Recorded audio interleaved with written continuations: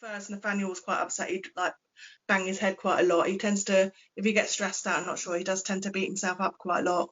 You know, he gets upset, he'll hurt himself. He would never hurt anyone else, but he'd hurt himself.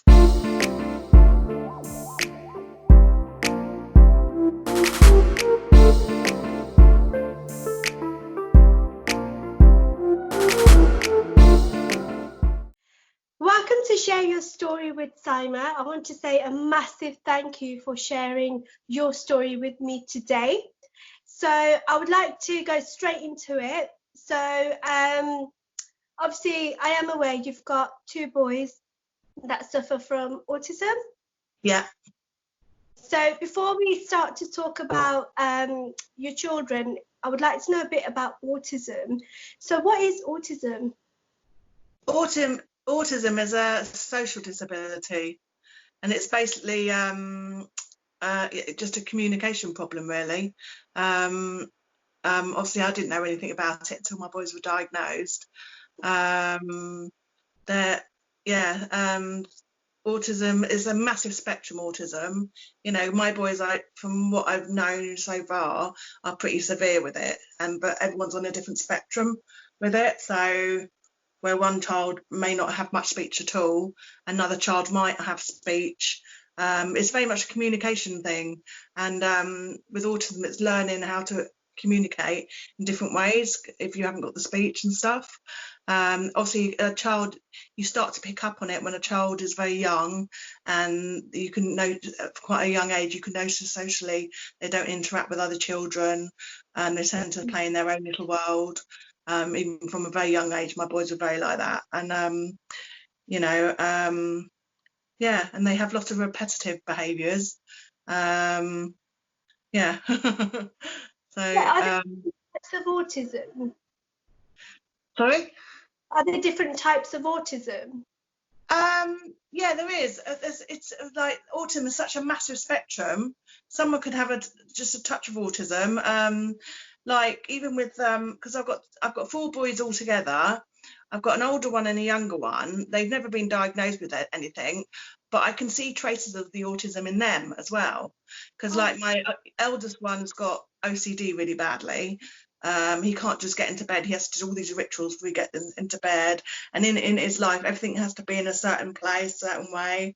My older son, he's more struggles a bit socially, you know, and he's had a lot of mental health issues because of having to cope with his brothers with autism, you know. And in our household, because we've got 2 of them that are quite severe, life has been so different and challenging for us all, really, you know, yeah.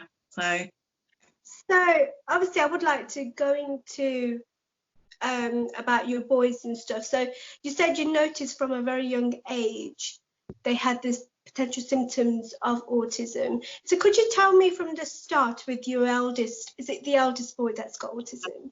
Yeah.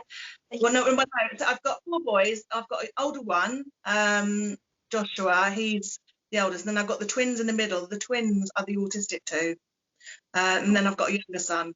But basically they were coming towards their 2nd birthday, and it was actually my husband picked it up quicker than I did, because we found both. The first thing we noticed when they were toddlers and coming up to sort of 2 years old, we couldn't get them to eat any lumpy food at all, and they weren't just being sick, they were being really sick. And so obviously we went to the health visitor quite a lot of times, and they just said you just got to keep at it, trying to introduce the food, make it a bit lumpier, and you know, forever trying to do stuff, but they'd just be so sick, not just a little bit sick, but really sick. They just couldn't cope with the lumpiness in their mouth, you know. And then and then my husband at the time, he was working as a carer, and he was going out, he was looking after a 14-year-old boy who had autism, and he started noticing a lot of the things this 14-year-old was doing, our twins were doing, like the repetitive, you know, picking the sand in the air and just doing, you know, repetitive stuff all the time. And he was the one, because they were twins, it was difficult. I was in a bit of denial at the time. My husband just said, I think that we have definitely got a problem. They need to be checked. And I remember it was just after the Christmas that year. It must have been 2004, because that's when my youngest was due. I was actually pregnant with my youngest, and it was that January I had, and my sister really told me off because she could see there was a problem. It's difficult when you're there all the time, and when you got twins, you just think, I just thought, oh, it's just a twin thing, they look differently, and yet my sister said, Jenny, you've got to get it sorted. You need to get them checked. She said, you've got a baby on the way, all this business. Anyway, it's funny because while my sister was staying in that January, I had a health visitor come round to see me who brought round my red book for my next baby, get me ready for the next baby to come along. And while she was there, that's when I said, look, I'm really worried about these two. And she just spent about 5 minutes watching them play. And straight away she said, yeah, there's a problem there. And that's the other thing. They wouldn't respond to their name at all. So, and for a while we thought maybe they were deaf. And then that wasn't the case, because obviously if they were in one room and they could hear the Teletubbies on in the other room, they'd go running in there because they could hear it. So we knew that hearing was fine, but so it was really my husband that saw it first. And then seeing that health visitor coming round, she managed to get me loads of cancellation appointments for certain doctors, like speech therapists and play therapists, to help the diagnosis. By the end of that January, I had a diagnosis of autism. It happened that quickly, and they started going to the CDC, which is the Child Development Centre in Poole Hospital, and we just started to see they used to go there once a week for play therapy. And obviously that's where I get to meet some other mums, and I think when they had their final diagnosis, we had to go to the CDC, and then we took them in this room. I remember all these nurses and people that worked there was watching them play and stuff. And again, within about a few minutes, they said, yeah, you've got a big problem here. But they were so it wasn't like it's terrible. They're like, amazing, they're lovely, they're beautiful. They were the cutest two little boys.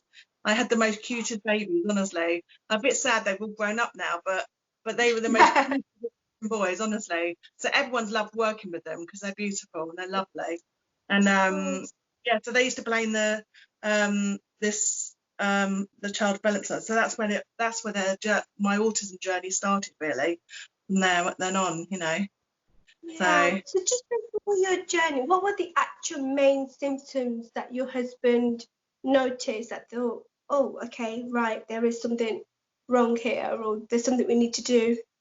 For both of us, they're very fussy with their food. We couldn't get them to eat solid food at all. Whereas my other two, by the age of sort of 1 onwards, even younger than that, you'd give them like a bit of toast and they'd chew it, they'd love it, they get into it, and they start. Where the other two, we couldn't even get them to do that, And if they did have anything like that, they'd just really be sick. So that was one of the symptoms. And also when the fact that they didn't respond to their name, they used to play in their own. If you go to a toddler group, a kid could come up and just grab the toy off and they wouldn't be bothered. They'd just go off and play again. But other kids would probably retaliate, say, oh, that's my toy, And socially, you could see there was a massive difference in the pair of them when they were playing with all the other children, They just didn't go anywhere near anyone. They just went off in their own little world and did their own little thing. And So you said the diagnosis happened very quickly, but how did you feel when did it occur to you that, right, okay, there is something wrong here? I saw so many doctors at the beginning. Now I remember coming out, the first lot of GPs I saw officially, and I came out, and straight away she said, you've got a big problem here. And I just when I got out the car and my mum was there, and I just sobbed. I was so shocked, these beautiful little boys of mine are going to have this life. I never thought. And even and you think, oh, it'll be okay, we'll be helped. And you never know with autism how it's going to develop. You never know whether it's going to be severe or whether it's going to be. You never know as they get on. It's all a learning curve, the whole thing. You have to sort of go with it and learn as you go along. And like for me, I spent years. My whole life has been children. I've worked with children all my life. When I finished school, I wasn't academic. I couldn't cope with anything like that. I did an NNEB qualification.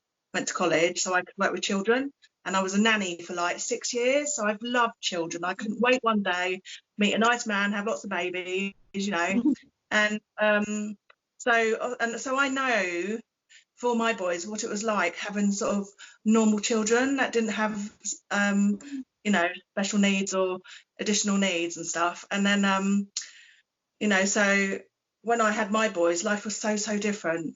We couldn't just go out the door. We had to plan everything. The twins don't like doing lots of different things. They like to do the same thing all the time. And when they're really little, if we went to just a normal part to play, they wouldn't. These are the sort of things that have gone into or go into later, the books I've done, because a lot of the things they did when they were little, like going to a park, they wouldn't want to play on the swings. They were looking for somewhere to escape. So like some parks, park opposite us had 3 gates. We couldn't go there because we needed 3 people to stand by the gates, or they'd just try and escape all the time. They thought it was a game, they thought it was great, but that's one thing. The other thing with autism, they're big escape artists. They have to try and escape. Even now, at the age of nearly 19, if you're not careful, they'll just go and run, and they've got no sense of safety or danger. They'll just run into a road without thinking. It can be quite scary. So all my life, when they were little, I've always been quite tense and worrying because I was very anxious to go out and do stuff because I was frightened of losing them.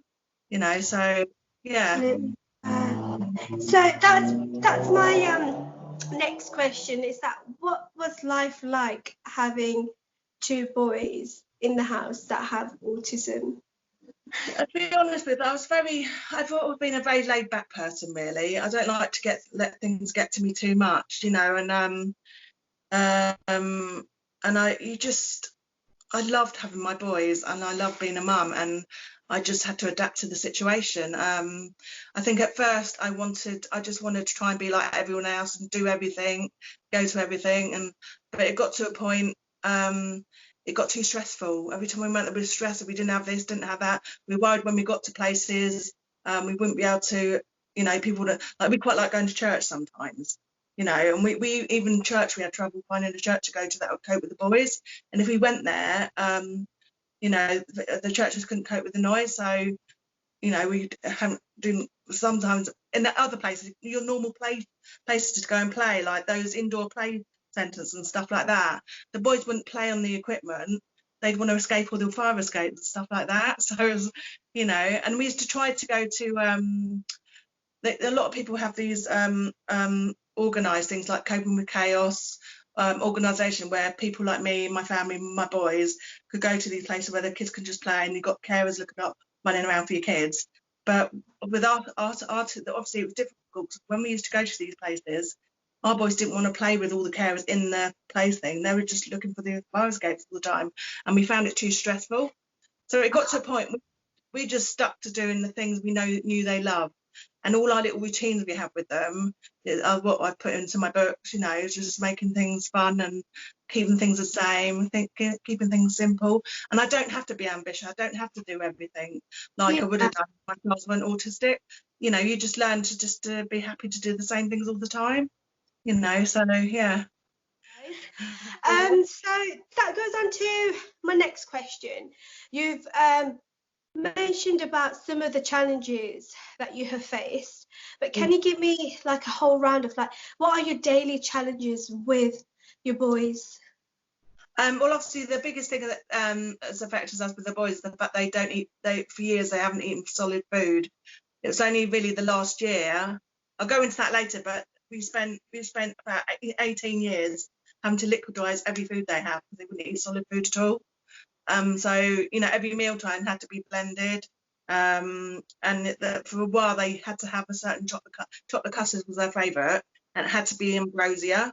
And then I had trouble getting the ambrosia. If I didn't get the ambrosia, they wouldn't eat it. And it has to be a certain. Even if they changed the packet on it, they'd know they wouldn't eat it. So yeah, everything, and even the colour of the food. If the food wasn't the colour they liked, they wouldn't eat it. So a lot of their blended food was like a bolognese or something that I could blend up was like an orange colour. I could put vegetables in it, but if it was a vegetable that made it go a different colour, they wouldn't eat it. And it had to be blended. So I spent like 18 years blending food. So that's the massive challenge we've had with them. It was only really in the last couple of years. Yeah, I had a problem with their schooling. And about 3 or so years ago, and I couldn't get the boys to school. They'd been happy in this school for ages. It was a special needs school. It wasn't the school's fault. The school was amazing, but it got to a situation where we couldn't get them to go to the school at all. I think because they changed to another building. It's a bit too structured for them, I think. And Mark would be sitting in the corridor, and it got to a point he wouldn't even go into the building, so they kept having to bring him home. In the end, they just gave up, and he was stuck in the house for a couple of months. That's when my friend said, look, you've done everything, you need to get the MP involved. So that's when I phoned up emailed a few MPs, local MPs, just saying I've got a problem. And that's when I got a phone call from Tobias Elwood. Tobias Elwood was the MP, everyone's hero, because he helped with that tragedy up at do you remember that up at London they had that what's it called Is they it had some, you know was that bloke was attacked, you know, and he helped one of those attacks on London. yeah. He was basically he was involved with that. He helped Okay. the bloke that or something. Yeah, anyway, so he was everyone's hero, but he was my hero before that. But anyway, he as soon as he heard about my story, he asked me, he wanted to see me straight away. I went round to see him, met him in Boscombe, and I told him what was going on. He was horrified. His secretary said she'd never seen him so upset about the situation. He was determined to help me. And he was the one that came across this new school they ended up going to, called the Sheeling. I think I can say that because it's a brilliant school. And they started going there. And since they were there, they've been there for about 3 years now. And that's through the whole time they've been there. It's taken them centuries since probably back, when did they start? It's been almost about 7-8 months. They've just suddenly started eating everything.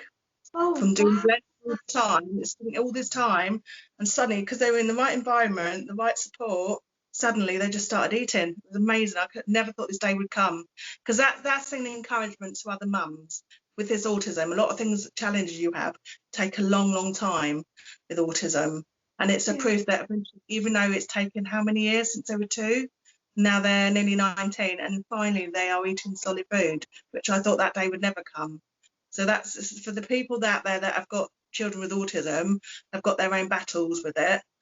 That's just a light. That's a proof that don't ever give up, because eventually they do it.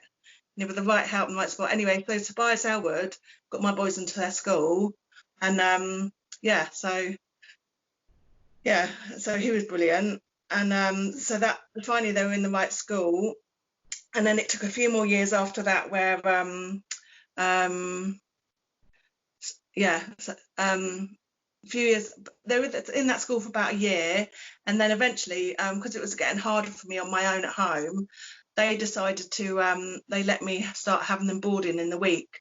So instead of having the home every night, they'd board from Monday to Friday, because the other challenge with autism is the fact they don't sleep hardly at all either. So I was up every night and hardly sleep, and they'd hardly slept at all. So obviously having a week where they weren't at home was fantastic, and then they'd come back every weekend. So that's been happening for a few years now, which has been brilliant. So so Is it government funded, or is it something that you have to pay for yourself? It's funded, obviously. We haven't got a penny to, we're quite, money's, that's the other thing with having the boys.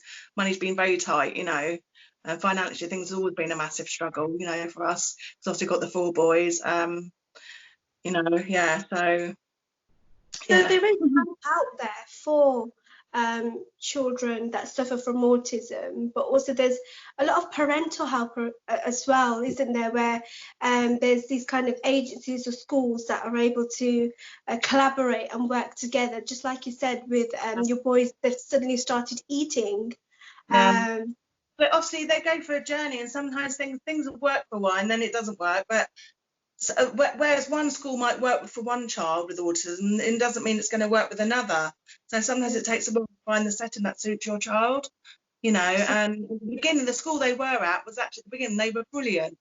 and they were fantastic with the boys, and even they got to the point they could see they weren't progressing anymore, and they were stuck. They didn't know what to do either, but they were fantastic. I still keep in contact with the school because they were amazing, and it's just with their autism, things had started changing, and they weren't coping in that situation, and they needed to. For me, my biggest battle also was everyone kept saying, oh, you know, they need to be in education, and I kept thinking it's not the education I'm worried about. It's getting them independent, because everything with them they want me to do for them, and you know I couldn't even get them to dress themselves. I've had to, you know, I've had to do everything they want me to do for them. So my biggest thing from a very young age is trying to help them do things for themselves, because like any child, they're so reluctant to do things for you. But with autism, it's like millionfold worse, because you know, and I've got two of them fighting against me all the time, you know, for the simplest things, you know. And the other thing as well has been really hard is trying to get them toilet trained. You know, they're 19, and it was only really in the last year they've both done it really.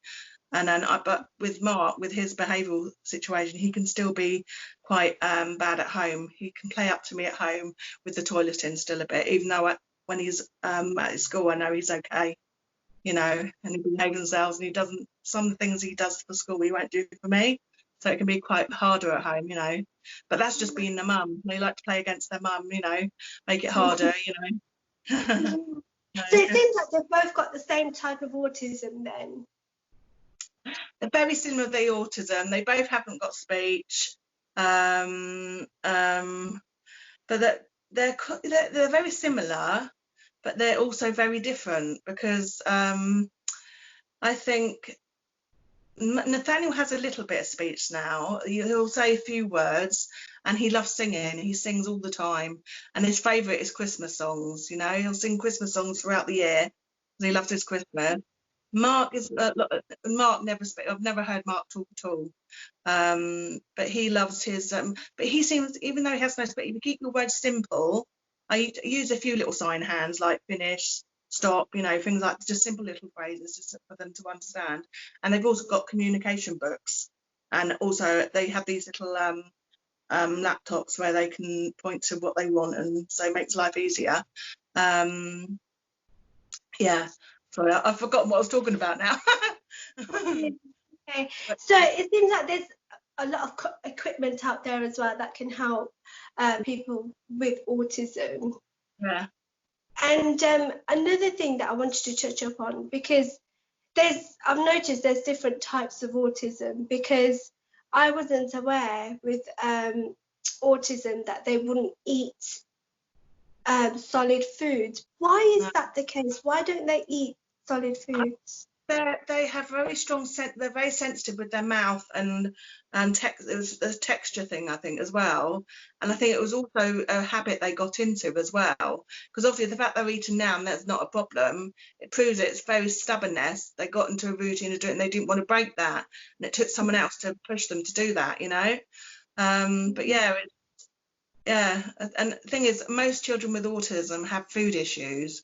They'll only eat certain food, or so if you see someone at the checkout buying a whole load of the same thing, you can always guarantee that person's probably got an autistic person in their house or child or something, because they want to have the same thing all the time, you know. Yes. So, yeah. But that goes on to my next point. Is about autism and change, going through a transition. How have your boys taken change in general? Any type of change? Change is really tough. They struggle with it massively. Like, you know, when they first went to this new school, it took Mark probably about 8 weeks before he'd even go into, because they at the school was like, they had the houses they lived in, and then there was a school, and then there's other buildings, and it took them ages to actually get them into that school building. They had to do it gradually, where they started in with a desk just outside the door, and every day they just moved the desk slightly nearer to the door until they got him in the door, you know. So everything with them is really, any change is massive. It takes them such a long time to adapt to it. That I think the biggest, you know, the hardest thing for us as a family is probably about, how many years ago now? it's coming about 8 years ago now, we lost our family home because when I first got married to my husband, he had a property we mortgaged, and before I had the children, the idea, my dad said, look, you're moving to your grandmother's old house, and my mum wanted me near it because they wanted to be near the grandchildren, and we were giving up a property to move into a family home to make it into a nursery. That was my dream, and I did start childminding for a while. But when the boys started getting very autistic and things got difficult, I think at first I did have some older children to look after. Then it got too difficult, so I had to stop that job. And then my dad got into a financial pickle and he had to sell the house. So we lost our family home. And then since then, we've had to rent. We tried to go to the council, but so in the last 8 years, we've moved about 3 times. So that has been massive for them. And every time we moved, I've had to keep things very, very simple. And I've said to them, you know, just keep repeating the same thing, I keep showing pictures of the house we're moving to. And I say, we're putting things in a box and we're going to a new house. And I just keep repeating that, showing that this box, we're putting all our stuff into a box, we're going to a new house. And when they're calm, sitting calm, and they're having their dinner or doing something they love, I'd go up and just show, look, that's going to be our new house. And whenever we moved, I'd always have their beds set up first because they love their beds and their duvets. So when they've gone into a house, they go running up to look for their room. Once they found their duvet, they were happy. You know, they'd get their tablet, they'd be sitting on it. So, you know, it was tough for them, but they got used to it. So, yeah, so change is massive for them. And obviously, the other big thing for us during the coronavirus at the moment is about when before the lockdown, they've actually had to move schools now because they're getting up to 19 and they're out of the education side of things. They've had to move on to another residential place, and it was supposed to happen just before lockdown. And they were going to move. They'd all planned it. They'd done social stories to explain what's going to be happening, so they knew what was going to happen. And then it couldn't happen because someone in their home was said they had COVID-19, so they had to stay in the same building for like 14 more days before they could move on to their resident new home. So things kept changing. Eventually, they have moved on to this other place now. At first, Nathaniel was quite upset. He'd like bang his head quite a lot. He tends to, if he gets stressed out, I'm not sure, he does tend to beat himself up quite a lot. You know, he gets upset, he'll hurt himself. He would never hurt anyone else, but he'd hurt himself through the frustration and the confusion. What's going on? Why am I moving? And, you know, even though they show lots of social, Mark wasn't so bad. He coped with it better. But everything you do with the boys has to be planned. Any changes to them is massive. So you have to spend weeks explaining what's going to not, you know, a couple of months just going through social stories, explaining where you're going, showing pictures of what's happening, just so they can sort of slowly take in what's going to happen, you know. And when they had planned that and it changed because of the COVID-19, that threw Nathaniel massively. So we had quite a few weeks where he was beating himself up quite a lot, you know, and so that was quite tough. And obviously since they've been in their new place, whereas they usually come home for weekends, they haven't come home, so I haven't seen them for like 12 weeks now. So that's been really hard because obviously they're coming home, and as much as they are hard work and challenging, I miss them dearly. You know, and at the beginning I did a FaceTime, you know, like with you, talking to you on a video. And the first time I did it, Mark was fine, and if anything, it made him happier. Whereas Nathaniel, when he saw me, he just kept wanting to beat himself up all the time. He got really upset. So I haven't seen Nathaniel for I hadn't seen him for about 11 weeks. It was only last week. It's the first time I thought they've been there for about 10 weeks now. They've settled in. Things have calmed down. Just might be worth, because they've started talking to me about maybe going to visit him and just do a social distance thing just so he can see me. But if he saw me, he wouldn't be able to. He's strong and he'd just want to grab me and hug me and pull me, and so that would never work. So I just thought, look, now things have calmed down, let's try again and have a see him again and see how he is now he's settled a bit more. And I did my first chat with him probably about a week ago, and he was brilliant. He really enjoyed seeing me. But it's so lovely to see him for them. He was happy and he kept doing his twirling around, sitting down, looking at me, giggling. He was so pleased to see me, you know. But it's been really tough because I really miss them, you know, and it's hard for them that the routine of coming home has stopped as well. You know, I can imagine this COVID-19 for all the families out there with autism has been such a massive thing for Absolutely. thinking being able to go to school. Everything has stopped. You know, my heart goes out to all the families with autism because I bet they've had massive battles with it all. You know, because can't be easy. You know, so Yeah. Well, sorry. that's because it's quite tough in general daily, isn't it, with for people with autism, and then to have something like the coronavirus pandemic where nothing can be done apart from just isolating yourselves, and then coping and accepting that change. I can only imagine what they've gone through. It leads on to my next question. You mentioned that one of your boys tends to hurt himself. What do you do to maybe stop him? What strategies do you use? Well, it's obviously very difficult because the more you try to intervene with him, the worse he gets. But at the same time, it's good to let him know you're with them. You're there, and he's not on his own. I recognise he's upset and he's stressed.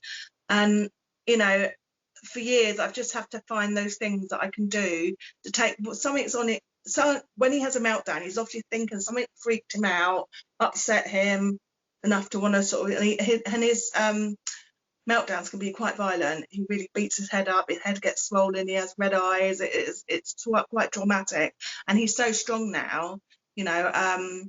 But I have a few things I try and do, as in a lot of time I just put him in a shower and I just sing him lots of songs while he's in the shower. That often calms him down. And then and also put on one of his favourite movies to distract him. And his favourite movie at the moment is Flushed Away. So if he starts, because you always know when they're about to go into one, when he starts to go into a bit of a meltdown. And I say, like to my husband, Neil, quick, put Flushed Away on, you know, and he'll put Flushed Away on, and he'll come, and slowly he starts to calm down. But even then, sometimes even with that, it doesn't work. You just have to let him wade it out and just watch him, be with him, you know. And sometimes he'll try and headbutt the walls, and I have to be there with a pillow, trying to stop him from hurting himself too much. It is tough. It's really hard, you know. Yeah. As a mother, how does that make you feel? That's horrible, you know, having to stand there and watch and I'm just, sometimes I cry at Nathaniel, stop, darling, you know, please don't beat yourself up, you know. I'm just like, you know, and it's quite traumatic because he gets so bruised, and, you know, but you have to learn to just be calm with it. You can't if I get too upset, it'll make him worse. So you have to, the whole time of it, you just have to stay calm, even though it's quite traumatic thing to have to watch, you know. And he's done it so much lately that, you know, you're looking at him, you think he was a boxer because he's got, you know, he's sort of scarred from it, really, you know. And but and obviously when I said earlier about him having to move to schools at the beginning of the lockdown, he was beating himself up quite a lot, and it was the first time, I've never done it before, but that was the first time I said to the staff, look, do you think it's time we intervene with giving him something to help him, as in a drug or something to calm him down? Right. And they did give him something, and I think he has been a lot calmer since. Right. You know, the last thing you want to do is to resort to drugs, and I don't usually agree with the drugs, but it's better than beating himself up and ended up down A&E. Obviously, we don't want to go near there at the moment with what's going on, you know. So yeah, So what age, is more challenging? Would you say when they were younger? Would you say as they get older? I think for us it's been as they've got older, because obviously when they were little, you know, we used to be able to bung them in the buggy, or wherever they loved just being in the pram. So if we did anything socially, we probably let them out for a little while, and then it got to time you just put them in the buggy, and they just love being in their buggy, and it's easy to keep them together, you know. But now they're bigger and stronger than me, taller than me, and they do tend to try and pull me around to take me to things and ask for things, you know, and I have to be careful because they are stronger than me, you know. But yeah. Did it impact on your relationship at all with your partner?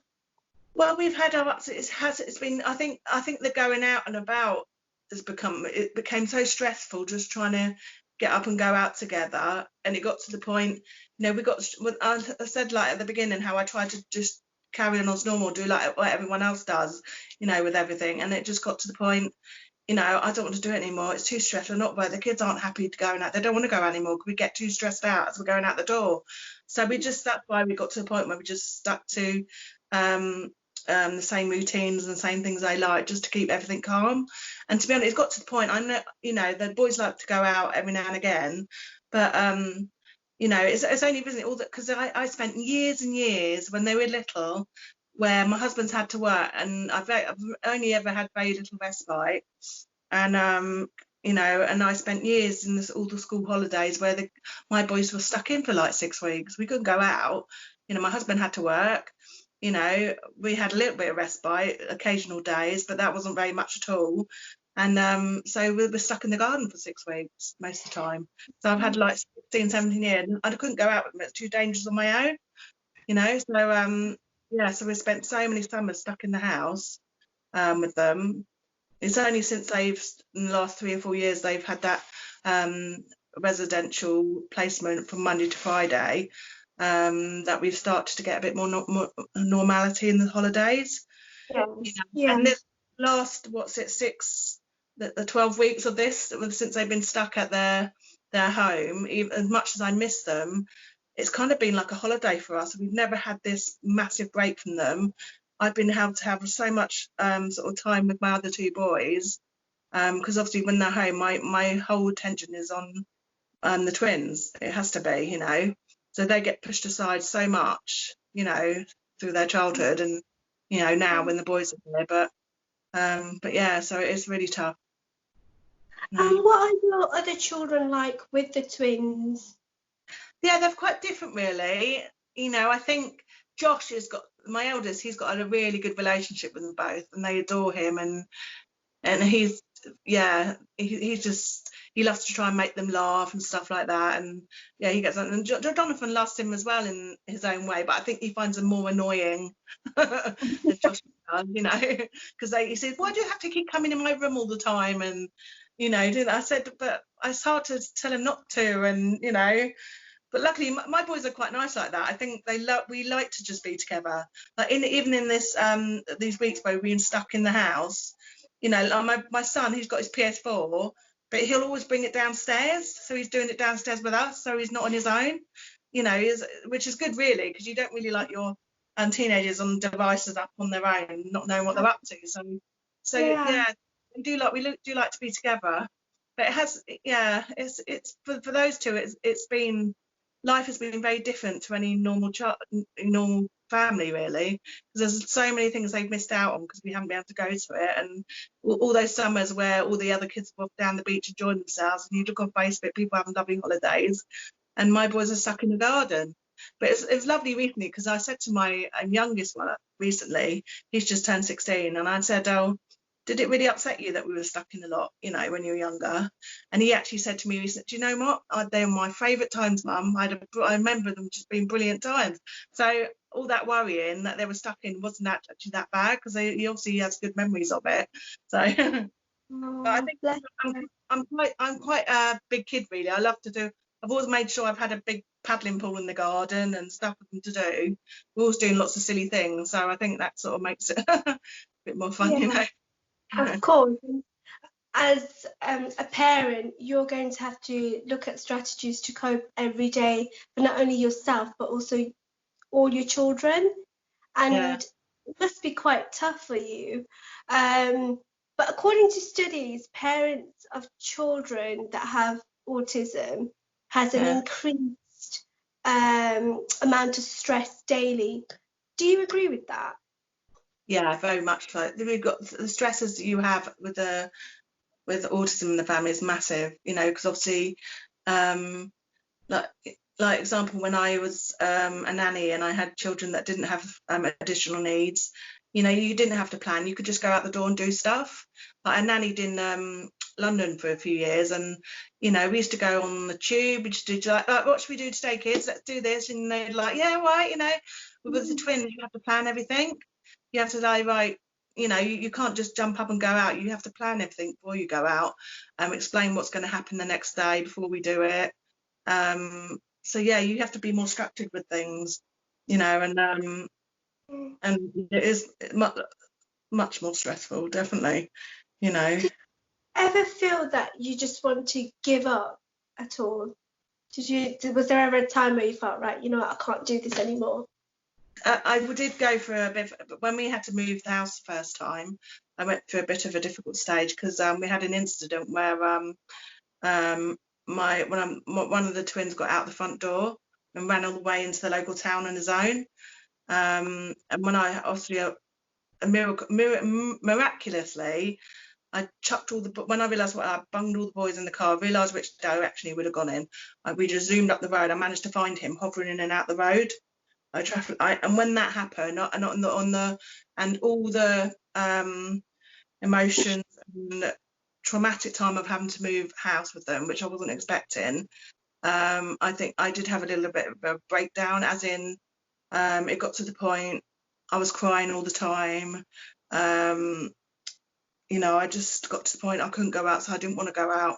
I was happy. I just wanted to be at home all the time. I didn't want to do anything social, you know, so we couldn't even find a church to go to that could cope with the boys. Do you know what I mean? So it was just like, life was really, really tough, really tough. So I've had, you know, it got to, and when I went to see my GP eventually, she just said, well, you've had to juggle all this on your own for such a long time, and it gets to the point your brain just can't balance it anymore, and you're gonna feel like you just want to, you know. And it was a tough time, but obviously she put me on antidepressants, and it did calm, and it did help for a while. And you know, but I have had emotionally, I have been up and down, and I still struggle to this day. I still struggle because you know,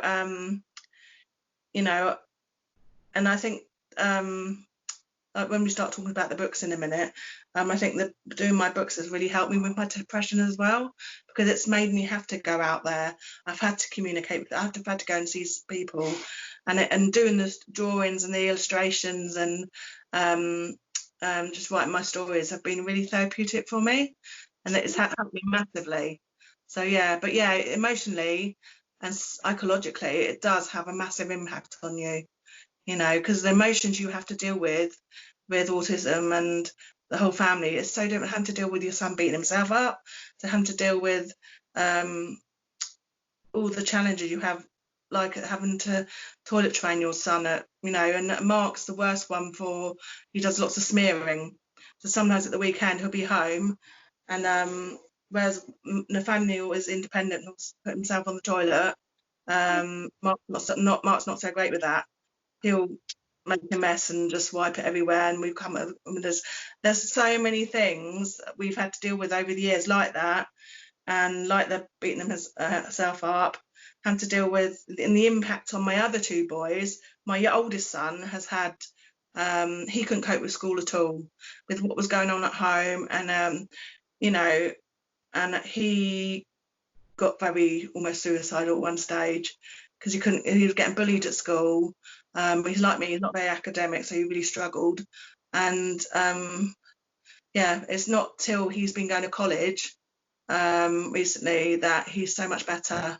And he obviously, we went down the route of the doctors, we got people to help him, and he got a lot of help. He's so much better now. But mentally for all of us, it's been massive, you know. And I think it's like, even my youngest, he's showing traits of having OCD and stuff like that. And to me, I don't know whether that's a learned thing or whether it's, you know, he's got a bit of a sign of autism himself. It's difficult to know. But I did go and have him tested once, and they seemed to think it was more of emotional for him than it was a problem, you know. So, but yeah, so emotionally with all of us, it's been massive. It's big, you know. Life is massive for all of us. Being a parent is so much hard work. Even though you love your kids, and you know, I've always wanted to have children. I loved kids, but when it's your own children, it's so different. There's so much pressure on you. And there are good times as well, even with the autism. But when you have got the autism as well, you've got so much more to think about, so many more hurdles and challenges you have to deal with every day. And So it gets to the point, it does get on top of you, and it does get hard, you know. Yeah.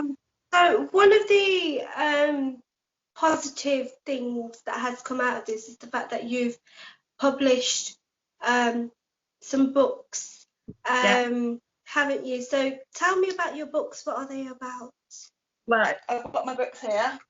Yeah. This is my first one, which is My Amazing House of Autism, and it's basically from a sibling point of view. That's one thing I find with autism, when you've got the other kids in the house that aren't autistic, the siblings from, you know, and a lot of them are called carers, and because they're in a home where things are very different. I think that with the siblings, they always get forgotten about. It's like when my other two used to go to school, and all the funny things the twins do, especially not going to bed at night and being very noisy, the restless night, it doesn't just affect me, it affects all my boys. You know, so they'd be going to school in the mornings, feeling really tired and drowsy, and obviously the teachers, they just didn't understand why they were tired. You know, it's difficult. People don't really realise the impact those kids are having to deal with at home. The challenges I have, the same challenges for them, but yet they're young kids. Do you know what I mean? So, my story is like my other two boys telling the story. This is My Amazing House of Autism, and all the funny little things their brothers do. You know, what shall I say? I'll read the first little bit. Natty cannot see, but they are very different. You cannot see, but they are very different to me. They never get tired. They do not sleep much at all. They shriek, they shout, they flap about, they throw duvets down the stairs. And then there's a bit about how we never go to the park to play, as Natty and Matty always run away. And that's the sort of thing, we didn't go to the park much because this is what happened, you know. And then it talks a bit about their food, not eating lumpy food, and then about routines everything's done by time. Time for dinner, time for this, keeping things simple is so important with autism, you know, keeping your routines going. And the bit about the poo, because when you've got kids with additional needs, it's often a situation you have to get used to, and you joke it off, you don't think of it much. It's just one of those things.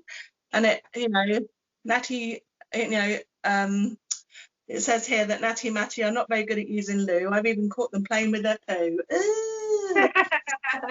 It's just it's just one of those everyday characters with autism has to deal with. I've made it fun, I've made it colourful, just of what a house of autism's like, basically. The colours, and there's me and my boys in the background. There you go. That's actually one of the routines we do. We have a little that might become a book eventually, because all my other books, where in my first book, My Amazing House of Autism, it talks about everything's done by time, everything has to be routined. I suddenly thought, maybe I could do more on that, you know, as in bringing in the everything's done by time. So I thought, why don't I do, when I was a kid, I used to read those Topsy and Tim stories about the twins, you know, and it's a bit like that. It's Natty and Matty, the autistic twins. Everything's done by time, and all the stories are what we do as a family, you know, like beach time.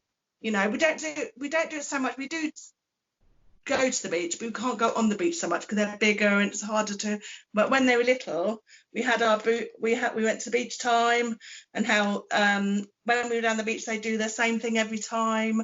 Mark was run from groin to groin, and when it's time to finish, they flop straight to the ground, because that's another autism trait that's very common. If they don't want to do something, they'll just flop to the ground. And it's learning and little ways how we count down, like to help them move on to the next thing, keeping things simple and understanding. Like they don't want to get up, so suddenly you have to say things like beach time finishing in 5, 4, 3, 2, 1. Beach time has finished. You make it into sort of a game they understand, and it's learning all these little phrases you use when you've got kids like that. Do you know what I mean? And then there's also party time. And the party time is how we do our parties, and it's not Natty and Matty's birthday. it's their other brother's birthday, and it's trying to make but it's trying to help them with no speech and understanding, to help them understand that it's not always going to be their birthday. It's their brother's birthday, but we make it fun for them as well, to help them understand that, and how we always come down the stairs together and sing happy birthday, make them part of it.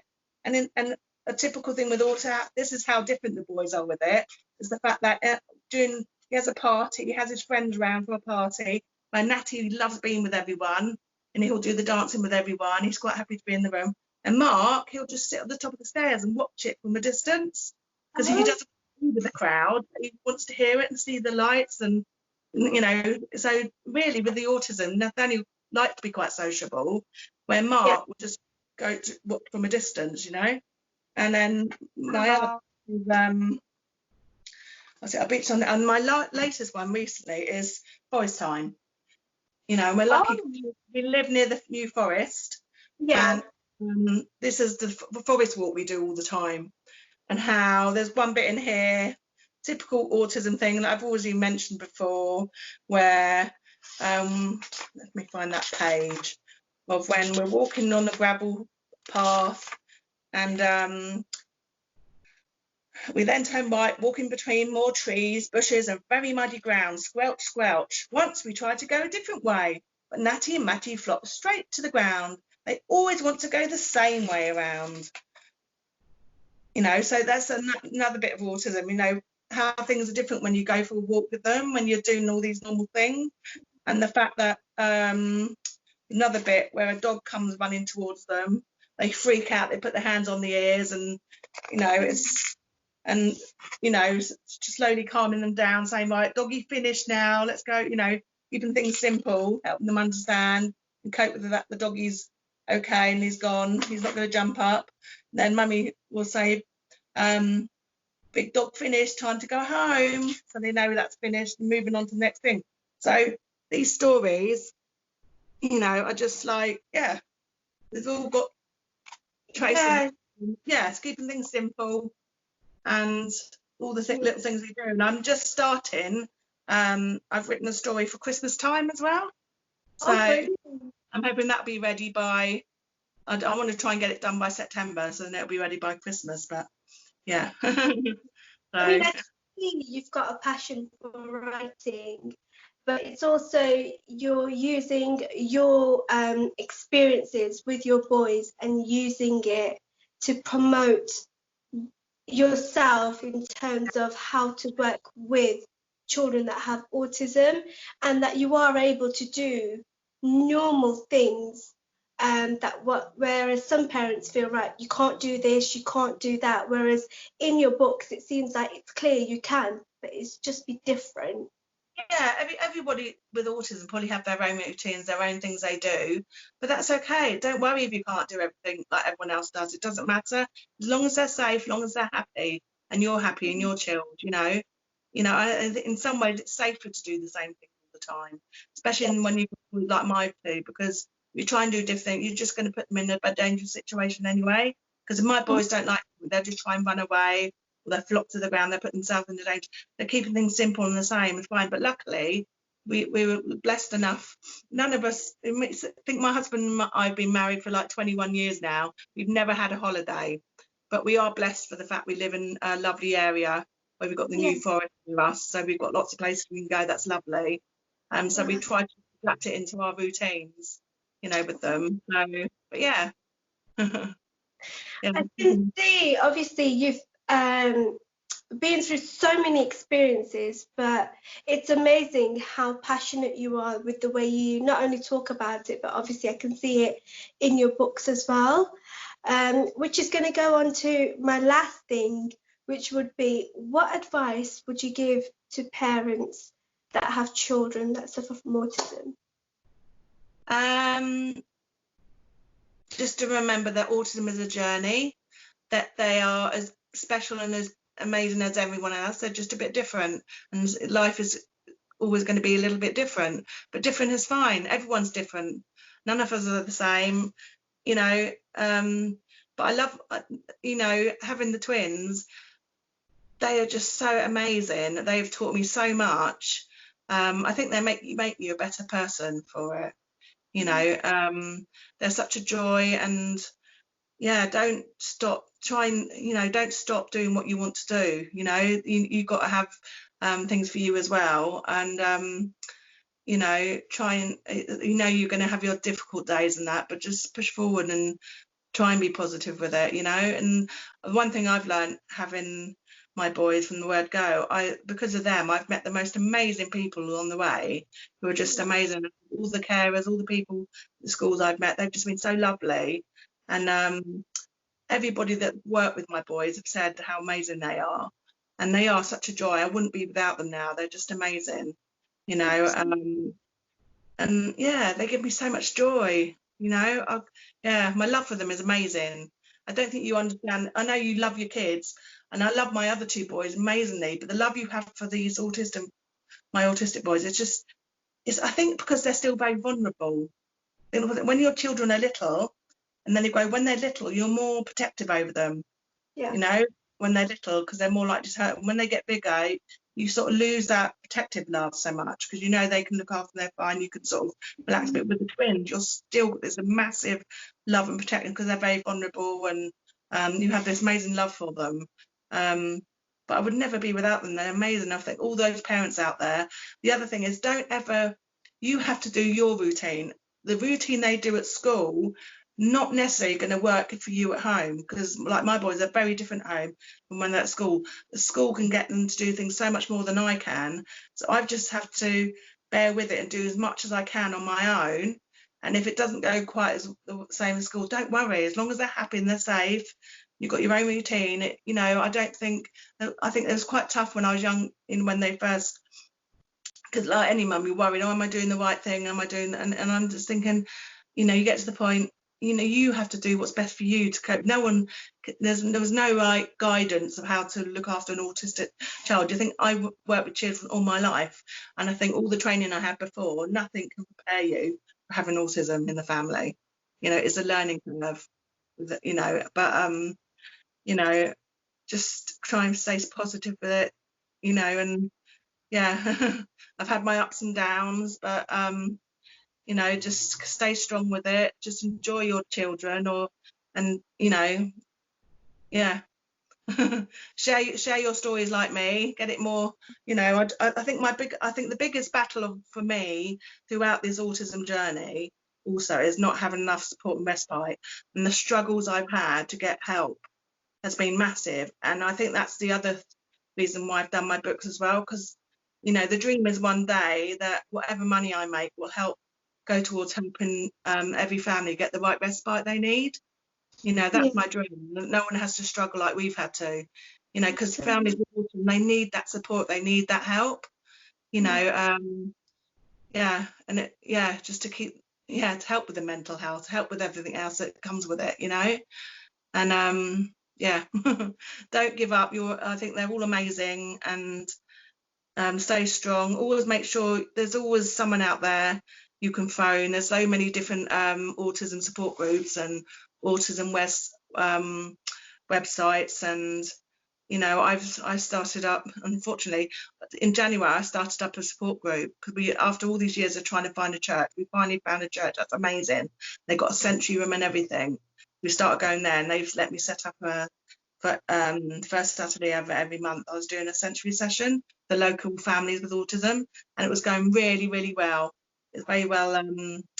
Lots of people were coming, and it was really, really well supported. But obviously, because of the corona, it had to stop. So I'm hoping eventually one day that'll come back. But yeah, just for all the other parents, there's always someone out there, you know. Yeah. And I'm on Facebook. If you ever want to chat to me, you know. No, of course, you know. I'm sure there'll be after obviously your story being shared on my channel, there'll be many parents that will reach out and maybe even take something from you as a positive, because most families that I know of only have one child in their family that suffers from autism. And I'm saying most, but there's probably a certain percentage that there is more than one.